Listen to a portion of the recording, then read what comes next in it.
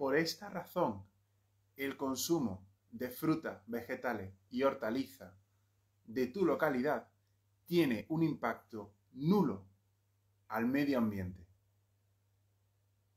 Muchas de las veces hemos visto como grandes empresas exportan el mismo alimento, pero de la otra punta del mundo. Y esto, evidentemente, tiene consecuencias muy graves para el medio ambiente. Pero, ¿te has preguntado alguna vez qué tipo de impacto medioambiental tiene la importación a tu propia ciudad de tal o cual alimento? Bueno, pues en ese caso, quédate hasta el final de este vídeo. Antes de nada, recuerda, si me estás viendo desde Facebook e Instagram, pulsa seguir y me gusta. Si por el contrario me estás viendo desde YouTube, pulsa suscribirse y activar la campanita con todas las notificaciones. Y ahora sí que sí, comenzamos. Amigos, ¿qué tal estáis? Sed bienvenidos. Mi nombre, como ya conocéis, es Juan Carlos y soy el autor de la saga Mente Ecologista. Justo la que tenemos aquí. Qué casualidad que tenía aquí una, ¿verdad? Vamos a seguir trabajando con estos principios, ¿vale? Pero antes de nada, asegúrate de haber activado seguir me gusta de Facebook e Instagram y suscribirse y activar la campanita con todas las notificaciones de YouTube. Y ahora sí que sí, continuamos. Mira, este es el impacto que genera la producción local de frutas, hortalizas y verduras en tu propia ciudad para el propio consumo, ¿vale? Este es el impacto. Vamos a entender y vamos a hablar de todo esto. Pero para ello, previamente, necesitamos repasar un poquito de historia y un poquito del contexto donde lo podéis encontrar en Revolución Industrial Cero. Para aquellos que ya los tengáis, estoy más que seguro que sabéis de lo que ya estoy hablando. Pero para los que no os preocupéis, porque vamos a empezar por el principio. Mirad, el ser humano desde siempre ha producido alimento en las propias zonas donde se encuentra, desde la propia prehistoria, o sea, de hace mucho tiempo. Con el paso del tiempo, todos esos asentamientos fueron creciendo y cada vez más y más y más. Pero la producción no dejaba de ser en el mismo sitio. Sí, es cierto que surgieron diferentes profesiones de artesanía, manufactura, creación de nuevos sectores que se encargaban de procesar ese alimento, que por ejemplo pues aparecían las famosas conservas, los platos preparados, las comidas calientes. Bueno, eso es algo que se ha hecho de siempre. Pero hay un factor fundamental. El tipo de producción de esa agricultura era una agricultura de subsistencia y puramente ecológica. ¿Por qué era ecológica? Respondedme aquí abajo en los comentarios. ¿Sabéis por qué ese tipo de agricultura era totalmente ecológica? Bien. Pues la respuesta es muy sencilla. La agricultura era ecológica, simple y llanamente, porque no tenían otros medios. Es decir, todo esto era antes de la primera revolución industrial, ¿vale? Entonces, no tenían otros medios. Y era una agricultura de subsistencia basada principalmente en la producción agrícola que dependía de las condiciones externas, de las condiciones climáticas. Había, en ciertas épocas, producciones muy bajas y en algunos casos directamente gran parte de los cultivos pues morían. Y eso evidentemente se traducía a la población. Y es real, ¿vale? Son muchos los movimientos sociales y los movimientos políticos que han ido de la mano con este tipo de fenómenos. Es decir, fenómenos en los que previo a un movimiento social como por ejemplo la propia Revolución Francesa, fue acompañado de una mala época en cosecha. De hecho, hubo una hambruna literalmente, como unas décadas antes de que se produjera toda esta Revolución Francesa. Y sí, ¿vale? Sí, es así, es real. ¿Y qué ocurrió a partir de la primera Revolución Industrial? Y la segunda, ¿no? Y entrado el siglo XX. Pues que todo esto cambió para siempre. Para siempre cambió todo esto. Y bueno, vamos a entender vamos a comprender por qué cambió todo esto, ¿no? Con el nacimiento de la primera revolución industrial, nace también el concepto del capitalismo moderno, el concepto de economía a gran escala. Y con ello empiezan a surgir los primeros productos industriales y el abaratamiento de los costes de producción. Todo esto era simplemente un ciclo, una rueda, ¿vale? Con el objeto, perdón, con el objeto de que cuando tú abaratas los costes, abarata también el precio que va a tener que pagar el cliente al final. Y como consecuencia está democratizando el producto. Y bueno, pues de esa forma conseguimos que un producto que antes era consumido solamente por unos poquitos, ahora pueda ser consumido por las grandes masas. Y esto está muy bien para toda la industria, está muy bien para todo el transporte, o sea, está genial, está literalmente genial. Pero hay un tipo de industria que pagó estas consecuencias a partir del siglo XX. ¿Quieres saber del tipo de industria de la que estoy hablando? Bueno, pues permanece completamente atento. Pero antes de nada, ¿te está gustando todo este contenido? ¿Te gustaría aprender y profundizar más sobre toda esta situación y todo este contexto? Bueno, pues como ves, cada día me estoy esforzando por darte el mejor contenido de la máxima calidad posible. Así que, por esa razón, ¿puedo pedirte un favor? Por favor, suscríbete y activa la campanita con todas las notificaciones. Es la única vía que tiene el algoritmo de las redes sociales de poder avisarte de forma actualizada de todo el contenido nuevo que voy subiendo a este canal. Asegúrate de haber activado esos mecanismos. Y, bueno, pues, continuamos. Fue a partir del siglo XX donde apareció esa industria agrícola a gran escala, es decir, con una explotación a nivel industrial, ¿vale? Y con componentes, a ver, vamos a tenerlo aquí, y con componentes muy nocivos y muy tóxicos para el terreno, para la planta y para el cultivo, para los frutos, ¿vale? Eso era algo muy peligroso y muy tóxico. Pero esos agricultores, pues no tenían ni idea, no lo sabían. Toda esta información la tenemos aquí dentro, en Revolución Industrial Cero. Sí, en serio. Y bueno, pues con el paso de las décadas, más principalmente, ¿no?, a lo largo del siglo XX y tal, y toda esta historia, acabamos encontrando un escenario pues muy curioso. Y es que prácticamente casi todos los cultivos estaban afectados por plaguicidas, fertilizantes, fitorreguladores, fungicidas, insecticidas, todo de origen sintético, de origen puramente y totalmente sintético. Es cierto que en la naturaleza existe química, pero la diferencia es quién la crea. Una cosa es la química orgánica, la química natural, mejor dicho, que va más asociada con la química ecológica.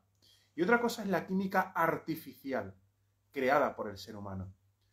Con este vídeo no quiero decir que toda la química artificial sea mala y haya que estigmatizarla y que sea el demonio. No.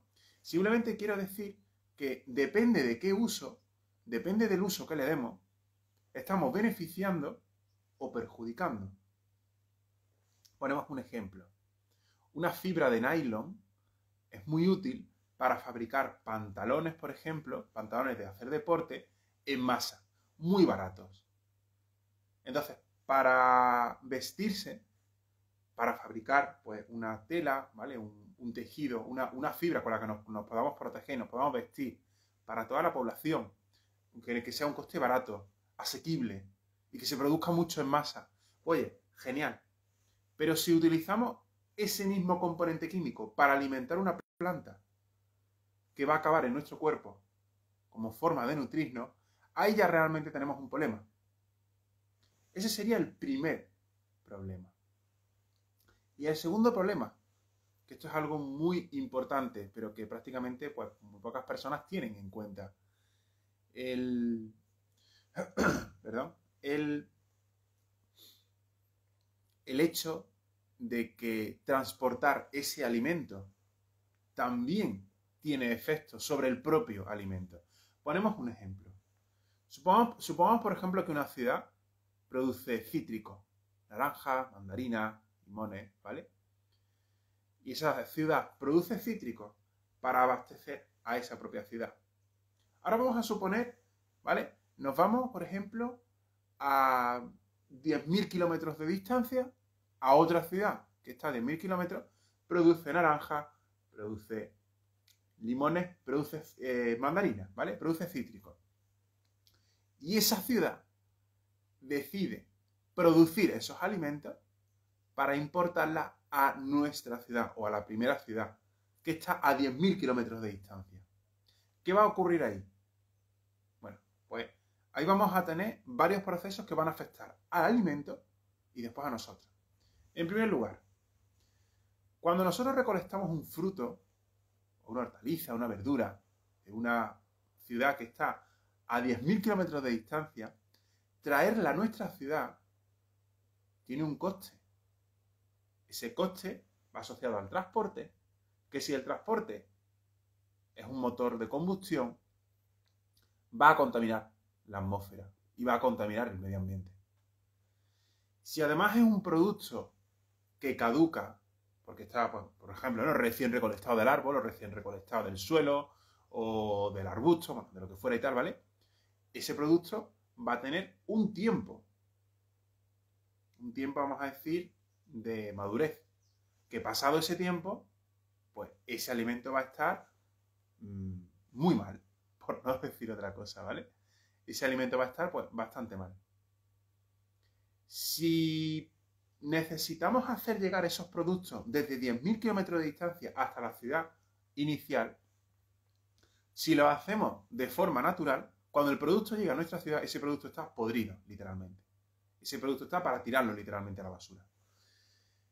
Con lo que a un grupo de ingenieros y de químicos y de científicos se le ocurrió la idea de que, bueno, si tenemos tal alimento, o cual alimento y tal, y lo gasificamos con sustancias químicas para que eviten su descomposición, vamos a hacer que ese producto llegue a la ciudad de origen sin que esté podrido. Es decir, perfecto. Bueno, pues así es como hacen muchísimos transportistas y muchos supermercados, y más en pleno presente, con el objeto justamente de tener más y más y más y más y más productos. Eso tiene dos consecuencias. La primera de ellas, nosotros como consumidores nos estamos tragando esos productos. ¿Vale? Eso tiene consecuencias muy gordas para nuestra salud a la larga. Y por supuesto para el medio ambiente. Es decir, imagínate por ejemplo que tú estás consumiendo en un alimento que ha sido gasificado con un conservante. Imagínate que ese conservante pasa a tu cuerpo. De hecho pasa, ¿vale? En la vida real pasa. Imagínate que eso pasa a tu cuerpo. Pues bien, ese gasificante que pasa a tu cuerpo, en el mejor de los casos, lo expulsa mediante la defecación. Pero en el peor de los casos, se queda en tu cuerpo. Si en el mejor de los casos lo consigues expulsar mediante tu cuerpo, ese gasificante va a acabar envenenando a la zona donde lo deposites. Efectivamente. Efectivamente. Y eso, ¿vale? Eso podemos hablarlo en el caso de los seres humanos, pero también podemos exportarlo al caso de los animales. Imaginaos estas ratas que viven en las ciudades por pura adaptación, ¿vale? No es por otra cosa. Estas ratas que viven en las ciudades que se adaptan en búsqueda de comida. Y imaginaos, por ejemplo, que esa rata pues se come un alimento que tiene gasificantes y tal, y que cuando la rata defeca, pues eso contamina la zona donde está. Suponte que, por ejemplo, una rata se acerca a un contenedor, un contenedor de materia orgánica, donde hay un poco de alimento que ha sido gasificado o que ha sido pues embadurnado con conservantes, bueno, con todas estas sustancias químicas sintéticas, ¿vale? Recordemos siempre la palabra sintética. Y que bueno, pues se alimenta de ello y tal, y acaba, por ejemplo, en el campo, en la naturaleza. Justo en el lugar donde defeca, esa sustancia, en el mejor de los casos, como he dicho, que sale de su cuerpo, acaba contaminando esa zona. Bien, pues ahora multiplicar estos mismos efectos, multiplicarlos por toda la población que hagan todos los animales y todas las especies y tal. Ahí realmente tenemos un problema, ¿verdad? Así que, ¿hasta qué punto es más económico el mismo alimento importado, por ejemplo, de China o de Sudamérica o de Sudáfrica o de la zona de Siberia o de la Columbia Británica en Canadá? ¿Hasta qué punto es económico llevarte un alimento de allí, de esa zona, lo más económico posible, si luego el precio medioambiental es demasiado alto? Con esto no quiero decir que ahora prohibamos las importaciones de otros países, o sea, no estoy diciendo esto, ni de lejos. Simplemente mi objetivo, como ya sabéis, mi objetivo es enseñar valores y educación medioambiental, porque es la única vía para resolver este problema. Cuanto más cerca sea la producción de ese alimento del que te estás alimentando, más sano para ti y evidentemente más pequeño, o en algunos casos incluso nulo, va a ser su impacto medioambiental. Todo esto evidentemente hay que analizarlo con lupa, ¿vale? Los números no son exactos, sino que evidentemente es afectado por millones de variables que tú como consumidor ni siquiera llegas a conocer, ¿vale? Por esa razón yo siempre insisto en lo mismo. Para aquellos que ya tengáis la saga Mente Ecologista, como para aquellos que no la tengáis todavía, tenéis que estudiar, aprender y aplicar estos principios, porque siempre tenemos que pasar al plano práctico. Aquí queremos soluciones. El medio ambiente necesita soluciones y Mente Ecologista ofrece soluciones. Gracias a todas aquellas personas que ya habéis decidido dar el paso y que estáis adquiriendo Mente Ecologista. Aparte de todo eso, si tú todavía no lo has adquirido, no te preocupes, porque justamente aquí debajo te voy a dejar un enlace en la saga Mente Ecologista. Mediante esto vas a poder estudiar, aprender y aplicar estos principios, como ya he comentado antes, para poder reducir tu huella medioambiental. Vas a poder hacerlo. Todos queremos un mundo con una naturaleza y un medio ambiente muchísimo más limpio, ¿verdad? Vale, pero nadie hace nada. Pues ahí eso es incompatible. ¿Vale? Como eso es incompatible, tenemos que tomar acción. Bien, te dejaré justamente el enlace aquí debajo, fíjate, porque el proceso es muy sencillo. Tú simplemente entras, vas siguiendo todos los pasos. Y una vez que hayas terminado, yo me encargo personalmente de enviarte Mente Ecologista a la mismísima puerta desde tu casa. Como observas, todo son ventajas. Todo. O sea, todo son ventajas. Es muy fácil y muy sencillo. Además de todo esto, también recuerda, si me estás viendo desde Facebook e Instagram, pulsa seguir y me gusta. Si por el contrario me estás viendo desde YouTube, pulsa suscribirse y activar la campanita con las notificaciones. Recuerda también que la mejor forma de aprendizaje, como ya lo decía Aristóteles, era mediante el juego. Lástima que los sistemas educativos, y al menos los de España, desconozcan esa filosofía de más de 2000 años de historia. Y luego presumen de saber todas esas cosas y todo ese conocimiento, ¿no? Bueno, paradoja de la propia vida. También recordad que el asunto de un medio ambiente limpio, una cadena trófica lo más limpio y una alimentación lo más cercana a ecológica posible, lo más cercana a lo que existía antes de la primera revolución industrial, esto no es asunto de una, de 5, de 10 personas. No. Esto es asunto de toda la humanidad. Por esa razón, decidí crear mi propósito. Mente Ecologista, es mi propósito. Y es a la vez una solución real a un problema real que tiene el medio ambiente. No solamente el medio ambiente, sino el propio mercado. Tanto el mercado como el medio ambiente llevan pidiendo a gritos, muchos años atrás, solucionar los problemas. Pero nadie le hizo caso. Y luego nos preguntamos ciertas cosas como que ¿por qué, por ejemplo, ocurrió en marzo del 2020 lo que ocurrió? Bueno, que cada uno saque sus propias conclusiones, ¿no? Pero una cosa está clara. La naturaleza nos necesita. La naturaleza te necesita a ti. Y ahora, más que nunca. Así que si todavía no has dado el paso, no lo dudes. Hazlo ya. Gracias a todos vosotros. Recordad también, si me estáis viendo desde Facebook e Instagram, pulsar seguir y me gusta. Y si por el contrario me estáis viendo desde YouTube, pulsar suscribirse y activar la campanita con todas las notificaciones. Muchísimas gracias a todos vosotros. Os mando un enormísimo abrazo. Cuidaos. Y también, cuidad el bioma al que pertenecéis. Me da igual que sea natural o artificial. Así que un enormísimo abrazo y nos vemos en el próximo contenido. Adiós.